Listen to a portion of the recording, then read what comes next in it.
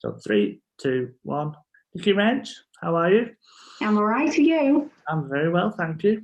So I thought we'd talk today about the Furlough Fundraisers chat group on Facebook, which has done very, very well. Current numbers, 2,037 as of current members as of about half an hour ago. Yes. Keeping research going. So it's a great group. You've been mentioned on Sophie as well, so you're getting famous there. That's a big one. Big career moment that was. Yeah, a big highlight, that one. And I think it just shows how well the group's doing as well. Definitely. Absolutely, yeah. So if you start by giving a bit of an introduction to yourself. No worries. So I'm Nikki Wrench. In March, at the beginning of all of this, I was a regional fundraising manager for Make-A-Wish UK. I'd been doing that for about 2 years. Previous to that, I'd been a fundraiser at a hospice, a children's hospice in Stoke. And then, in March, we came into this weird and wonderful world. And I, like many other people, found out that I was going to be furloughed. The whole of the regional team got furloughed. And for me, fundraising was just my world, and volunteering with Make-A-Wish was my world as well. So I just felt very much like, what on earth do I do next? And I knew that I was going to need the support of my peers to get through that. And I just decided I'll see if there can be somebody that will volunteer to do my role at Make-A-Wish, and maybe I could do theirs at their charity until this is all over. And that's where the group was created, really. Kept me sane. Yeah. So that's how it started, through that sorts of conversations, just talking to other fundraisers, basically. Yeah, it was just, I just thought to myself, if I could create a little group where some people that might want to do the same thing could go, there might be a few of us actually that come together, and we could say, right, I do this here, so you take that job, and then I'll go and do your job elsewhere. And I think that everybody, it was at that, the period where we'd just gone into proper lockdown, and I think everybody was really quite concerned that they had all this, knowledge and passion to give, and they weren't going to be able to do it. And I've used the phrase 100 times, but we are a bunch of doers. We like to help people, and we like to feel needed. So I created the group, and it just went a little bit crazy from there, really. A lot more people wanted to get involved than I imagined. So it took off, and you got a little team behind you as well, don't you? Your admin teams. So yeah. How did they get involved? Did you just approach them, or did they approach you? How did they get involved? So I think it was a couple of weeks into doing the group, and Louise offered, so I'd said, why don't we, instead of just focusing on how we can learn from a fundraising perspective, why don't we learn some anything, any skill that anyone has got. If you want to learn it or teach it, come forward. And Louise came forward and said, I can actually do basic Makaton. I thought, well, that's brilliant. That's something that I'd wanted to learn for a long time. So she did the session, and we had a few calls between us to organise the session, and we just clicked. When you just click. Yeah, you just. Me and Louise, we clicked, and she did the session brilliantly. We created a Makaton video of us all singing I Can Sing a Rainbow, and then we did like a thank you video to all of our colleagues that were still at work, and we just continued chatting after that. And I was like, do you know what, you did a great session, you're furloughed, why don't you come on board? And she was really keen to stay involved. And then Claire, I actually already worked with on the IOF West Midlands committee. So I've known Claire for quite a few years now. We've worked together. I've been on the committee since Christmas, I think. So when Claire became furloughed, I said to her, I know Claire loves to keep busy, and she's really fantastic when it comes to digital and comms. And I said to her, if you want to get involved, we'd love to have you. And luckily for us, she did. So that's how our little team was created, really. It's a great little team that you've got. I mean, one of the things that I noticed on the group now is from the very beginning that you had some rules set up. Could you go through how you came up with them rules? So a lot of them are sort of pre-populated when you set up the group, but there were a lot that you could keep or not. And for me, it was, I didn't actually want the group to be too strict. Yeah. I wanted it to be really open and honest. I wanted it to be a safe place. But I wanted people to be kind, to be courteous, and treat people with respect. Yeah. We did change them, so I think we added a couple as time went on. So we did have people coming in that were perhaps not furloughed fundraisers, but people wanting to promote their own fundraising pages. So we did put a rule in to say that we wouldn't do that because we didn't want anyone to feel under any pressure to make donations, especially given the circumstances we were in. And also because we would have become inundated, if 2,000 fundraisers all put their own fundraising pages on for their own charities, it would just be, it would void itself out. So we put that rule in, and then we had a lot of people that were coming on to put the same posts repeatedly. So we added a rule about, please don't do that, add one. But other than that, we haven't been very strict, I don't think. Louise is definitely the mum of the group. So me and Claire are a bit, we're the immature ones, and we're like, oh, it's fine, just whatever. And then Louise reins us in and says, well, have you seen this? And we're like, yeah, okay, we know. So we have had to remove a few posts. But other than a handful, considering there's 2,000 people in the group, we've had it easy. People haven't flouted the rules. Yeah. I hate saying it because I'm just rules. But they've not really been flouted, and we've not had any problems. We've not had any episodes of people being rude to each other, and that just goes to show really what the sort of people that are on a group. It's rare that you've got a group where people just all get along and want to help each other. Yeah, I mean that really is the essence of the group, isn't it? It's people coming together to help each other, and that's what you need. So how much time, I'm going to ask this a bit later on, but how much time do you spend actually doing your administration? I know what you mean. Yeah. It's Monday morning, don't worry. How long does it take to do that word that I can't say? Yeah. So I spend on administration, I probably now, it depends on the day. If we've got a session on, it could be maybe 3 or 4 hours on a particular day, but most days it's probably only about 2 hours a day. So I tend to go on in the mornings for maybe half an hour. I'll go on in my lunch, and then I'll probably spend at least an hour in the evenings, and that's just making sure that we are accepting any of the posts that come in, because we do check everything first so that nothing goes on that might offend anyone, and then we have to remove it after. Making sure that we accept people into the group and providing content. I do a thought of the day every day. That in itself takes up a lot of time, because I try to keep them as actually what I am thinking. There's been a few days where I'm I don't really know what I'm thinking today, so I just try and find something funny. But the majority of the time I'm how can I find a quote that really matches what I'm thinking today? So that can be quite time consuming.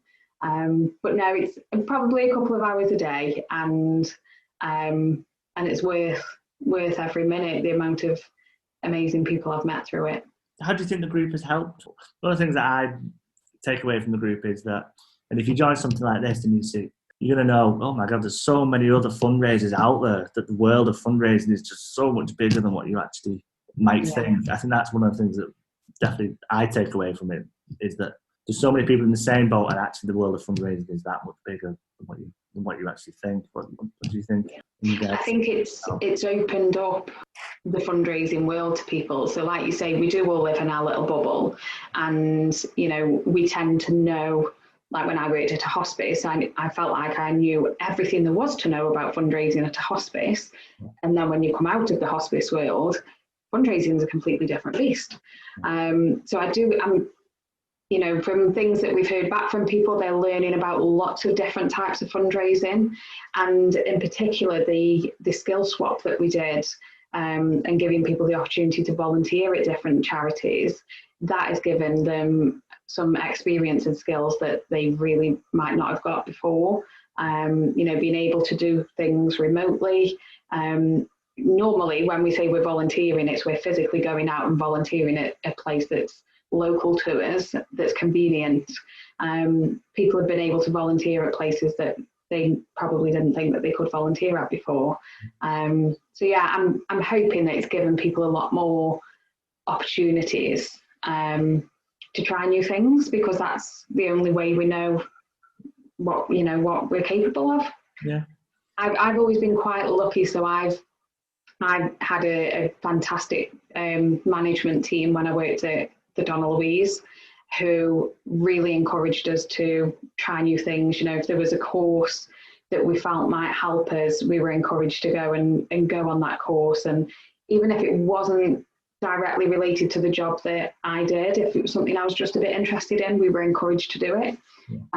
Whereas I know that isn't the case across the board. So I'm hoping that it's just opened doors for people in any way, really. So how do you think the group has changed since when you first started to now? Have you seen a change with it? I mean, we're going in possibly into a different period now where you had furloughed fundraisers, and now you're moving into fundraisers that have been made redundant. Do you see it more of a change in tone maybe, or any form of change with the group, do you think? Yeah, I think right at the beginning, there was a huge demand for that peer-to-peer support. Yeah. As people became more comfortable with the idea of being furloughed, and they were energized then to do something to make a difference and use this free time they've been given wisely. As time's gone on, I think it's becoming much more stressful for people. I think the amount of time that's being volunteered now to other organisations, I would imagine, is decreasing, because people are having to think about interviews. People have gone back to work. You know, I've been back since July, and there's a lot of people that started going back at that time. For those that weren't fortunate enough to go back to another position, they may have been made redundant. So now they've got that pressure of looking for work, prepping for interviews, and not really having the headspace, I wouldn't imagine, to volunteer or perhaps support other people from a peer-to-peer support as well. So I think the dynamic of the group definitely has changed. So we've adapted to that. So that's why we've started doing much more training sessions, providing opportunities. We've provided sessions around creating a great CV. So we've sort of changed from being a platform where we provide volunteering opportunities and peer-to-peer support to a platform that is offering practical support that will hopefully help you get a new job in this weird and wonderful time. I think all the competition that there is out there for jobs, that I think the group like that is going to be really, really important to people. Just for morals, just keeping going, and again seeing that, oh, do you know what, I'm not alone in this, that there are other people who are in the same position, and just keeping yourself sane in some respects as well. Just, you're not alone in this. I think that's really important, because I've seen some of the most brilliant fundraisers be made redundant, not get jobs they've applied for, not even be considered for interviews, whereas maybe 6 months ago they'd have been snapped right up. So I think it's really important for everyone to see that this isn't something that's about them. This is a sector-wide thing that a lot of people are going through, and probably have never faced problems like that before, because they've been so fantastic at their roles that they can just walk into the next job. But it's a whole different world now. It is. I mean, it is hard to remember that it's not about, but it is about you, but it's not you. It's not your. It's nothing that you've done. It's just that there's, like we talked before this, that there's 500 people applying for roles, and there's only one role, and it's just keeping yourself reminded of that. Yeah, definitely. So, what do you think the future of the group will look like in the coming months? So, I've always said, and I'll keep harping on about this, that October, because they're getting rid of the furlough scheme, that especially in, we'll just keep it to the charity sector, that there will be a lot more redundant. So, do you think the group will change in respect to seeing more people come on board with the group that have been made redundant? Do you reckon? Or I think so. I think we and we won't change the name, but I think we will become more the redundant fundraiser chat than furloughed fundraiser chat. And I think for us, we just need to make sure that we're just providing what people need. We're pointless being there otherwise. We've all the way through, we've said to people, what is it that you want? And we'll try and deliver that. We put a post out a couple of months ago saying, as people are going back after furlough or being made redundant, do you still feel the need to have this group? And overwhelmingly the response was yes, please. So we just need to make sure that we are actually providing something that's useful and purposeful. I don't want it to just be there, but not doing anything to help. There's a few of us now that have gone through this process. We don't know what's around the corner. We could go through it all again. And if there is anything we can do to get people trained, or just giving that extra bit of confidence to feel like they can walk into an interview and do themselves proud, that's, the least we can do, really. Yeah. Are you going to, in respect to the group itself, how long do you think it could go for? So could it go for the year or the 6 months? Is it going to go on how you feel about it, how the group feels about it? How are you going to gauge that, do you reckon? It'll be down to what other people want out of it. For me, I am more than happy to facilitate whatever I can along with Louise and Claire, for as long as people want it. If it gets to the point where people don't feel that they need it anymore, then fine. It does feel like it's become more than just being about furloughed fundraisers. We have got a nice little community now, and I know that over the last few days we've had people saying, people have contacted me directly saying, I've got an interview coming up and I've been asked to do this task, I don't know what to do. So we're now putting that out and getting questions out there. I don't see why we can't continue to do that if people want it. But honestly, I'm not precious about these things. I think it's been a fantastic resource during this time. If it's no longer needed when hopefully coronavirus is a thing of the past, then I've had a fantastic time meeting all of these amazing people. If it's something that people want to continue using, then I'll carry on doing whatever it is we're doing. Have you seen any sort of like funny posts that you remember you going, oh, that was a good one, or any that's not gone on that you thought, oh, that was a bit naughty? Or because I remember one back in, I think it was April, and someone was reminding people about the rules of the group, and they used a GIF from Madagascar. And I'll always remember that because I love the penguins. I didn't know. Yeah. It was like that one too. Yes, yeah, these are the rules. These are the rules. And I remember that one. Yeah, and I'll always remember that because I love the saying that the penguins have, smile and wave, boys, because I think that's someday. I just think that's fantastic. So have you got any best posts, any favourite posts or anything like that? Posts wise, I think I'm asking because there are probably thousands and thousands of posts. Yeah, there's a lot now. Do you know what? Probably I won't pick out a particular post, but what I would say is one of the sessions that we did. Yeah. The sessions have all been fantastic, and that I have learned so much from the people that have come forward and given us their time. And I don't even know how we've managed to persuade people to do it. And I'm like, you could be charging people so much money to do this and you're just giving us your time for free. But we did a session recently on fundraising leaders, and we had 4 directors of fundraising come forward and speak. And one of the speakers was Louise McCarthy from Birmingham Children's Hospital. She's the director of fundraising there. And I've heard Louise speak before at a conference. And it was because of that I suggested that we ask her to speak on this session as well. And she spoke, and honestly, you could feel everyone was on mute, but even if they weren't, everyone would have been on mute.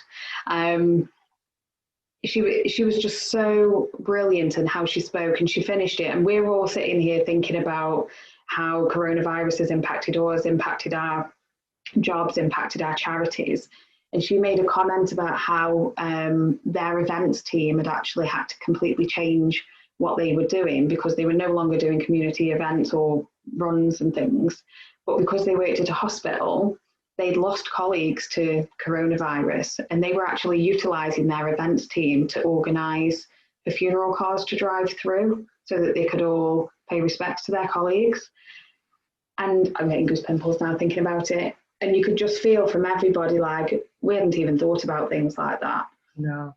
So wow. For me, that was this session that stood out the most. And I think I was already feeling a little bit emotional anyway, because I'd got somebody that used to be the director of fundraising at Make-A-Wish, Louise, who was director of fundraising at Birmingham Children's Hospital, Liz Tate, who was director of fundraising at Teenage Cancer Trust. And when I was younger and I had leukemia, I was impacted by all three of those charities.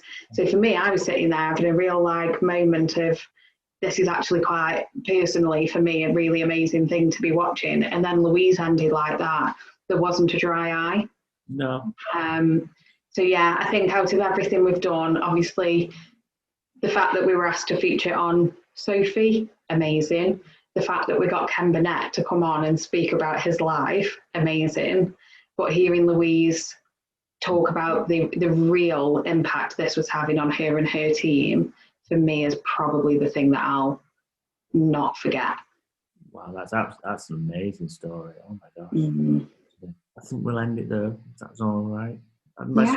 Anything that you want to, any shout outs for the Obviously, I've got to say thank you to Louise and Claire, who have properly just smashed the whole group thing. I went through, so when my role was made redundant and I went through the consultation period. So there were a whole 4 weeks where I was an employee rep for Make-A-Wish, and I knew that was going to take up a lot of my time. And Louise and Claire just ran with absolutely everything. And you know, I can't thank them enough for everything that they've done on the group, and just everyone else really, because this started because I wanted something to do with my time. I wanted to continue feeling needed and like I could make a difference. And what's come out of that is that all these people have come together and we've created some really great friendships and a great community.